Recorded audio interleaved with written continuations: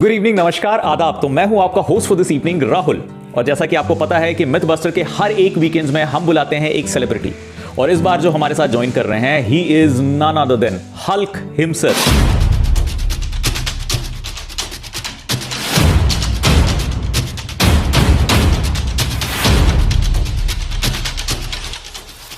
जैसा कि टीजर देखा होगा, आपको खुद ही पता चल गया होगा, ही इज मेहुल राठौर। तो मेहुल सर, बहुत बहुत स्वागत है आपका हमारे शो में और बहुत शुक्रिया हमें टाइम देने के लिए। तो एक ब्रीफ इंट्रोडक्शन मैं अपने ऑडियंस को मेहुल सर के बारे में बता देता हूं। Mehul sir, he is bronze medalist in mister Gujarat competition. Vizag में इन्होंने रिप्रेजेंट किया था mister Asia and mister world trials का। He is a certified and sponsored athlete of Vita Health Supplement and an official athlete of Aeron Vessel. आप अगर इनसे मिलोगे, जैसा कि मैंने आपको पहले भी कहा था, he is Hulk himself. Sir, मैंने पर्सनली आपको देखा है, मैंने पर्सनली मिला है। This body building career requires lot of concentration and एक बहुत डिसिप्लिन की जरूरत होती है। सर, कैसे मेंटेन कर लेते हो sir? First of all thank you so much Rahul ji invite करने के लिए। एक्चुअली जस्ट जो आपने बताया पहले कि body building and even fitness भी इसमें डिसिप्लिन की बहुत ज़रूरत होती है। कि ये ऐसा नहीं है कि आपका 3 मंथ्स या 6 मंथ्स या 12 मंथ्स का वो ट्रांसफॉर्मेशन है। इसको अपने लाइफस्टाइल में ऐड करना पड़ता है, एक रूटीन बनाना पड़ता है। इसके लिए आपके न्यूट्रिशन में, आपके वर्कआउट में वो डिसिप्लिन होना चाहिए, तभी वो आपको रिजल्ट मिलेगा। Right sir. लाइक सर, आपने ये शुरुआत कब करी? कब आपको ऐसा लगा कि you are fit for body building? Actually शुरुआत तो काफ़ी टाइम पहले हो गई थी। मैं जब इंडस्ट्री में नहीं आया उससे पहले से ही मुझे ये पैशन था बॉडी बिल्डिंग का। One and only Arnold sir तब लोग बस तब सब लोग वो पिक्चर्स में या फोटोज में देखते थे। लेकिन तब ऐसा था कि हम लोग वो जिम की फी अफोर्ड नहीं कर पाते थे, तो बस घर पे ही वो शौक था। वो पुशअप मारना, पुलअप्स करना, वो सेंटर टेबल से बेंच डिप्स करना, बस ये सब चलता था पहले। वो पैशन ऐसा था कि बस उसी में इन्वॉल्व थे ज़्यादा। उसके बाद फिर स्पोर्ट्स ज्वाइन किया। क्रिकेट में एक्चुअली मैं डिस्ट्रिक्ट तक खेला भी हूँ, क्रिकेट में भी। Oh my goodness, multiple genius sir. तो तब से वो शौक था। तो बोलते हैं ना कि पहले से ही थोड़ा बेस तो ऑलरेडी सेट था कि घर से ही वर्कआउट अच्छा था और स्पोर्ट्स में भी थे। फिर 2011 में एक्चुअली प्रोफेशनली फील्ड स्टार्ट किया था एज अ कोच मैंने। पहले गांधीनगर से अहमदाबाद थोड़ा अप डाउन होता था, क्योंकि गांधीनगर में वैसे लग्जरियस जिम नहीं थे। फिर 2012 में फिर यहाँ पे गांधीनगर में एक लग्जरियस जिम ओपन हुआ। फिर मैंने अपने सिटी से ही फिर एक्चुअली लॉन्ग टर्म मेरा रेगुलर रहा है फिर इंडस्ट्री में 2012 से। Okay, that's fantastic sir. मैं अपने ऑडियंस को बता दूं कि Mehul sir owns a gym, transformer the gym. This is located in Gandhinagar. अगर आप एक लुक लोगे, this is a well equipped gym जहां पे मेहुल सर पर्सनली ट्रेन करते हैं। तो मेहुल सर, लाइक टाइटल मिलने के पहले और टाइटल मिलने के बाद लाइफ में बहुत चेंजेस आ जाते हैं। कैसे चेंजेस थे वो? पहले तो बस एज अ कोच ही काम करते थे, एज अ फ्रीलांस कोच काम करते थे। बट जैसे ही आपको टाइटल मिलता है, मतलब बोलते हैं ना, आपका फेम बढ़ जाता है। 2 चीज़ होती है, एक तो आपको लोग जानने लगते हैं, पहचानने लगते हैं, और दूसरा कि आपका जो भी फाइनेंशियल ग्रोथ होता है, डेफिनेटली आपको बॉडी बिल्डिंग में पहले इन्वेस्ट बहुत करना पड़ता है अपने डाइट, न्यूट्रिशन प्लस वर्कआउट में। वो सब खर्चा बहुत होता है। कोच के लिए वो सब मेंटेन करना थोड़ा टफ होता है, बट जो पैशन होता है वो रास्ता निकाल लेते हैं। राइट। तो उसके बाद जो अगर आप पर्सनल ट्रेनिंग लेते हो तो उसमें भी आप ग्रो कर सकते हो। और दूसरा, आपका फेम ग्रो हो रहा है, मतलब लोग आपको जानते हैं, तो वो आपको क्लाइंट्स भी बहुत इजीली मिल जाते हैं। वो थोड़ा सपोर्ट रहता है कोच के लिए। डेफिनेटली। तो मेहुल सर, आपको ऐसा कब लगा कि आपको लाइक बॉडी बिल्डिंग को professionally you have to own it? आपको प्रोफेशनल लेवल में स्पोर्ट्स में अगर जाना है तो बॉडी बिल्डिंग में जाना है। When you realize actually professionally coach का मैंने स्टार्ट किया था 2011 से, और धीरे धीरे इंटरेस्ट बढ़ने लगा। जैसे कि सब बोलते हैं ना, प्रोफेशनली सब वो फील्ड में आप जितना गहरा जाते हो, लोगों को जानते हो। फिर कुछ बॉडी बिल्डर्स से मिला, फिर कुछ वीडियोस वगैरह में हमने अच्छे प्रोफेशनल मॉडल्स को, फिटनेस मॉडल्स को देखा, तो हमें लगा कि हाँ, इसमें आगे जाके ग्रोथ है, आप थोड़ा सेट हो पाओगे। और दूसरा क्या है कि पहले से ही वो चीज़ का पैशन था। तो 2012 में 11 में जब चालू किया, और 2014 से मैंने प्रोफेशनली ये फिटनेस मॉडलिंग का, बॉडी बिल्डिंग में ये कैटेगरी होती है एक्चुअली मेंस फिजिक की, तो वो 2014 से स्टार्ट किया था। ओके। और फिर तो जर्नी तो आगे सबको पता है 15, 16, 17 और फिर रेस्ट इज हिस्ट्री। आपने रियली मेहुल सर, आपने एक हिस्ट्री क्रिएट किया and you are an inspiration to many. बहुत लोगों के लिए आप एक इंस्पिरेशन हो। लोग आपको देखते हैं, आपसे सीखते हैं, और मैंने बहुतों को देखा है कि they aspire to become like you, आपके जैसा वो बनना चाहते हैं। तो सर, जैसे कि मैंने आपको पहले भी बताया था कि बॉडी बिल्डिंग में बहुत डिसिप्लिन की जरूरत पड़ती है। You have to be very disciplined, you have to stuck to your routine. तो इसमें सबसे चैलेंजिंग पार्ट क्या था जो आपको लगा कि नहीं, this is the most challenging part? Actually ये इंडस्ट्री में जो भी कोच बॉडी बिल्डिंग में प्रोफेशनली जाते हैं, उनके लिए सबसे चैलेंजिंग पार्ट तो सबसे पहला फाइनेंशियली होता है क्योंकि सप्लीमेंट्स प्लस न्यूट्रिशन।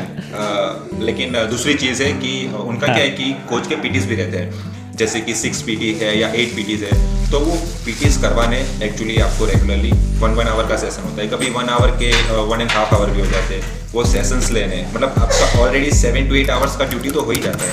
उसके अलावा 2 टाइम्स वर्कआउट करना होता है। मॉर्निंग में भी आपका बिटवीन 1 to 1.5 आवर, इवनिंग में भी 1 to 1.5 आवर, प्लस उसके अलावा बाकी डेली 5 to 6 मील्स वो मैनेज करने होते हैं कि आपको थोड़ा उसमें प्रिपरेशन भी करना है, प्लस उसका इंटेक भी करना है, और उसके अलावा 8 आवर्स की स्लीप। तो ये चीज़ें बहुत सारी मेंटेन करनी पड़ती है, बहुत डिसिप्लिन और बहुत हार्ड वर्क। कभी घूमने जाते हो सर? कभी ऐसा होता है कि नहीं, अभी आज मौका है, मैं घूमने जाऊंगा फैमिली के साथ? आई थिंक मैंने 2014 एंड से 2017 एंड तक तो अपना बर्थडे ही नहीं मनाया था। मैंने केक ही अवॉइड कर दिया था। Oh my God.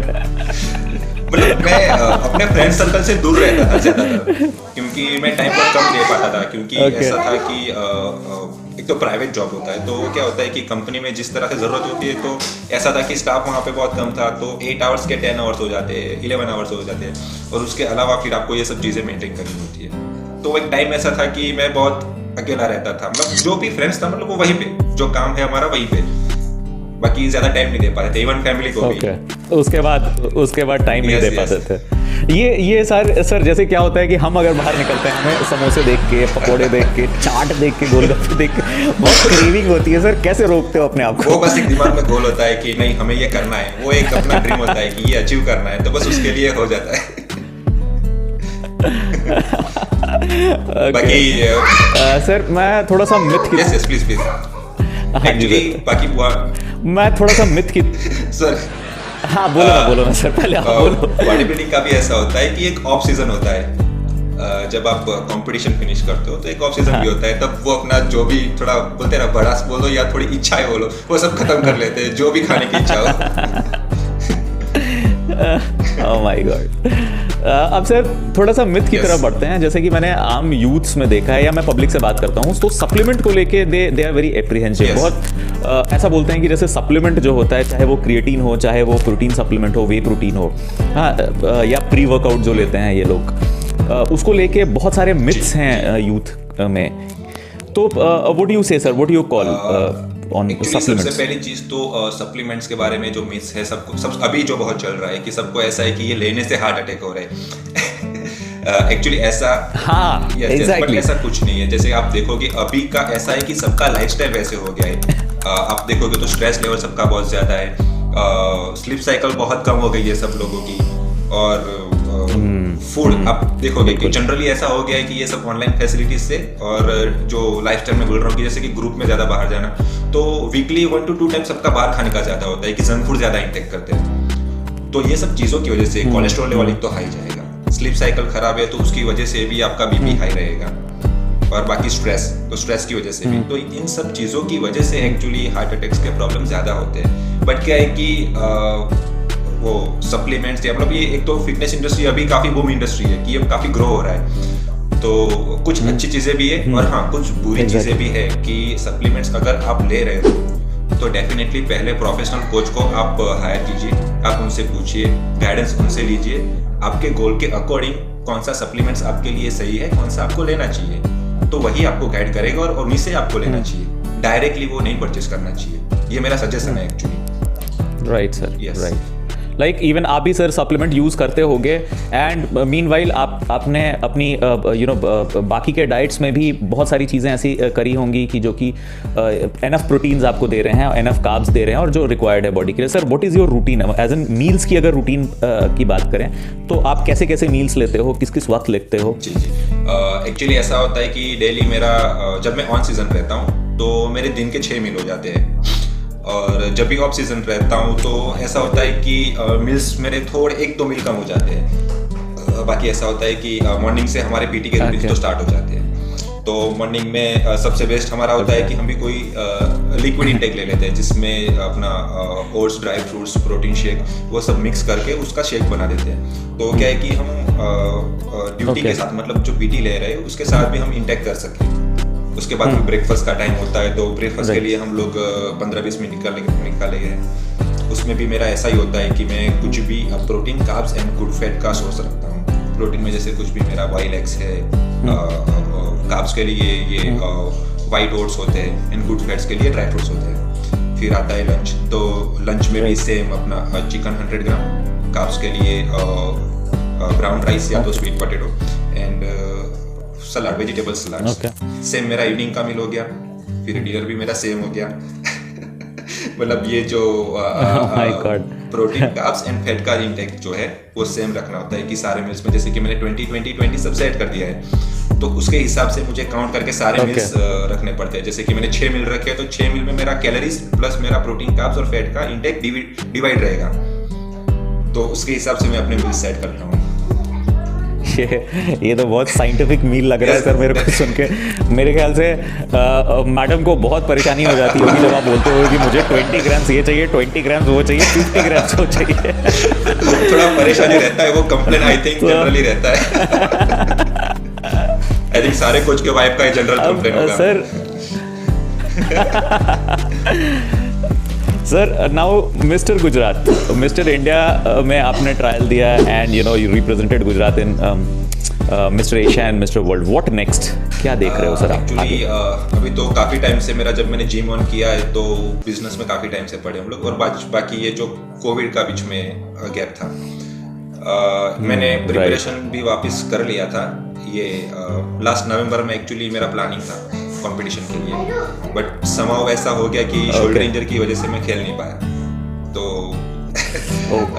काफ़ी टाइम से फिर अभी ब्रेक पे चल रहा हूँ, बट विद इन मतलब आफ्टर 6 मंथ्स मेरा वापस प्लानिंग है कि मेरे को वापस कंपटीशन स्टार्ट करना। और नेक्स्ट गोल मेरा जो आप बता रहे हो कि मिस्टर वर्ल्ड, मिस्टर एशिया, बस वही गोल है। माय गॉड सर, मैं बड़े गर्व से बोलूँगा कि भैया मैं मेहुल सर से मिला हूँ, मैं बड़ा करीबी हूँ। सर उस टाइम अपॉइंटमेंट तो नहीं मांगोगे ना कि भाई अपॉइंटमेंट लेके आना? No, definitely.